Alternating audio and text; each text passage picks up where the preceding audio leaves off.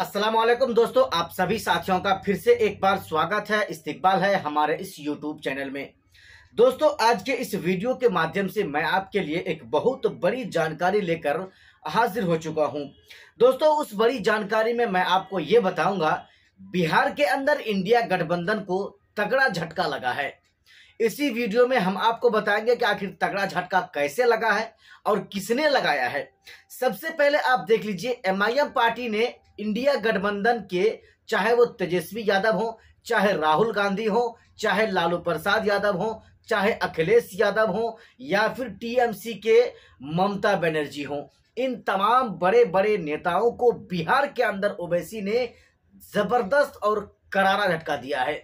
झटका दोस्तों ऐसे है कि ओवैसी ने यानी एमआईएम पार्टी ने बिहार के अंदर अब तक 11 जिलों में लोकसभा चुनाव लड़ने का ऐलान कर दिया है।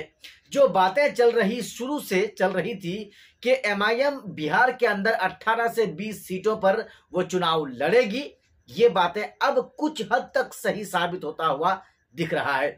लेकिन दोस्तों, हम इसी वीडियो में खुलकर आपको बताएंगे कि आखिर ओवैसी के किस किस जिला से और कौन कौन उम्मीदवार चुनावी मैदान में उतरेंगे या ओवैसी साहब उतारेंगे। इन सारी चीजों को हम जरा खुलकर आपके साथ चर्चा करने वाले हैं इसी वीडियो के अंदर। लेकिन उससे पहले आपसे एक छोटा सा रिक्वेस्ट है, अगर आपने अभी भी हमारे चैनल को सब्सक्राइब नहीं किया है तो आप हमारे चैनल को सब्सक्राइब कर लें, क्योंकि दोस्तों हम इस तरह के लेटेस्ट न्यूज को आप तक लाते रहे हैं और इंशाल्लाह लाते रहेंगे। सबसे पहले आप इस चीज को देख लीजिए, बिहार में एआईएमआईएम पार्टी ने 11 सीटों पर चुनाव लड़ने का ऐलान कर दिया है। ये बात तो तय हो चुका है। आज असदुद्दीन ओवैसी की पार्टी ऑल इंडिया मजलिस इत्तेहादुल मुस्लिमीन के बिहार के प्रदेश अध्यक्ष और अमोर के विधायक अख्तरुल ईमान ने प्रेस कॉन्फ्रेंस करके ये बता दिया है, ये ऐलान कर दिया है। आगे दोस्तों हम आपको बताएंगे कि आखिर वो कौन कौन से जिला हैं जहां से ओवैसी अपना उम्मीदवार को उतारेंगे। मैं आपको एक सबसे बड़ी बात बता दूं कि ओवैसी वहां उम्मीदवार उतारेंगे जहां मुसलमानों की आबादी ज्यादा है, वहां वो उम्मीदवार उतारने के फिराक में है जहां जहां मुसलमान वोटर्स ज्यादा है। खास करके सीमांचल के उन सभी जिलों में वो उम्मीदवार उतारेंगे और सीमांचल के अलावे भी उन जिलों में वो उम्मीदवार उतारेंगे जहां मुसलमानों की तकरीबन 30% से ज्यादा आबादी है, वोटर्स है। अब आइए हम आपको दिखाते हैं एआईएमआईएम बिहार की 40 में से 11 सीटें जहां वो चुनाव लड़ेगी।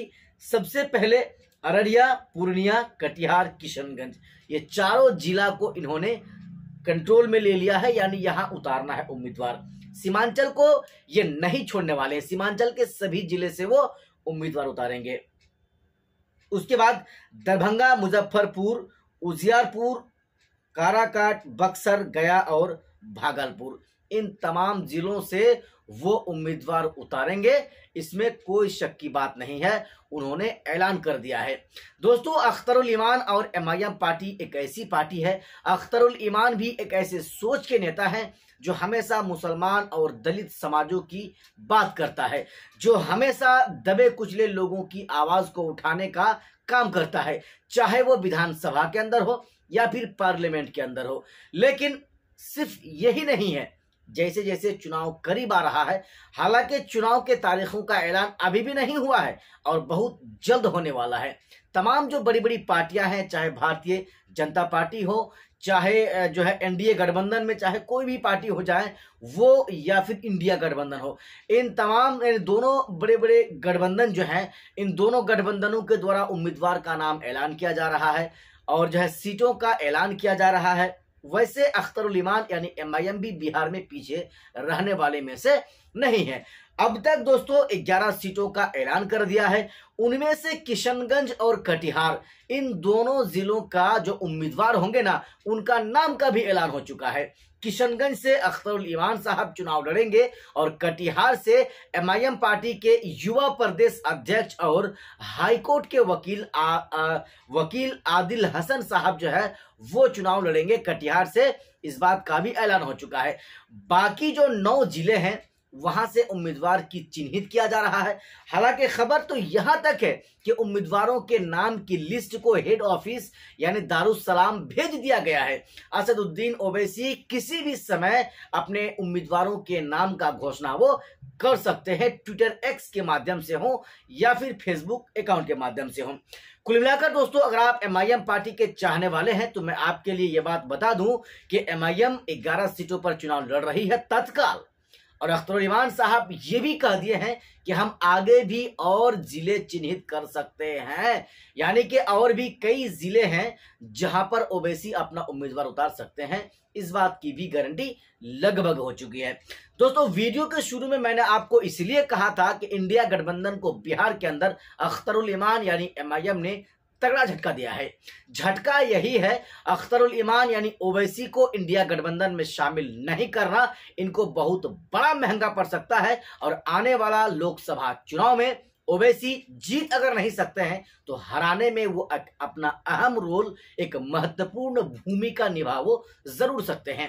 आप जानते होंगे गोपालगंज विधानसभा में जब विधानसभा का उपचुनाव हुआ था, विधायक का उपचुनाव हुआ था, वहां पर अख्तरुल इमान साहब के जो उम्मीदवार फिलहाल जो अब दुनिया में नहीं रहे, जो है पूर्व विधायक प्रत्याशी असलम मुखिया, वो वहां से चुनाव लड़े थे, और उनके चुनाव लड़ जाने की वजह से आरजेडी यानी इंडिया गठबंधन यानी तेजस्वी यादव के मामा और लालू प्रसाद के अपना सगा साला को चुनाव हारना पड़ा था।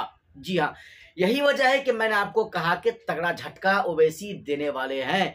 ओवैसी भले ही इन तमाम जिलों से वो सीट न जीत सके, लेकिन अपना छाप जरूर छोड़ सकते हैं इंडिया गठबंधन के उम्मीदवार को हरा कर। जी हाँ, आप सही सुन रहे हैं। हालांकि अख्तरुल इमान के बारे में किशनगंज जिला एक ऐसा जिला है जहां से 2019 में अख्तरुल इमान साहब लोकसभा का चुनाव लड़े थे, और इस बार भी वो चुनावी मैदान में डटे हुए हैं। माहौल तो किशनगंज जिले का ये बता रहा है, रुझान तो ये बता रहा है कि यहां पर त्रिकोणीय मुकाबला इस बार होने वाला है। किशनगंज जिला अगर जदयू के खाते में चला जाता है तो फिर जदयू से मास्टर मुजाहिद आलम साहब एक कद्दावर नेता हैं, और लोगों के अंदर इसकी चाहत है। वो अगर चुनावी मैदान में आ जाएंगे तो फिर ये मुकाबला त्रिकोणीय हो सकता है, यानी एनडीए गठबंधन से मुजाहिद मास्टर साहब होंगे, मास्टर मुजाहिद आलम साहब होंगे, इंडिया गठबंधन से वर्तमान के सांसद जो है वो डॉक्टर जावेद आजाद साहब होंगे, और अख्तरुल इमान जो एमआईएम पार्टी से हैं वो तो चुनाव लड़ेंगे ही। बाकी दोस्तों, आपने हमारा इस पूरा वीडियो को देखा और सुना। आप भी अपनी राय हमारे इस पूरे वीडियो के नीचे कमेंट बॉक्स में जरूर बताएं कि आप अगले लोकसभा चुनाव में आप किसको चुनाव करने जा रहे हैं, वोट करने जा रहे हैं। बाकी ओवैसी ने अब तक 11 जिलों का नाम को ऐलान कर दिया है। देखते रहिए आप आगे होता क्या है, ओवैसी और कितने जिलों में वो अपना उम्मीदवार उतारने का ऐलान कर रहे हैं या करेंगे। आपने हमारा इस पूरा वीडियो को देखा। आप इस बात को कभी ना सोचिए कि ओवैसी एमआईएम की पार्टी जो है ओवैसी मजबूत नहीं है, कमजोर है। बिहार में ओवैसी काफी मजबूत है, खास करके सीमांचल में।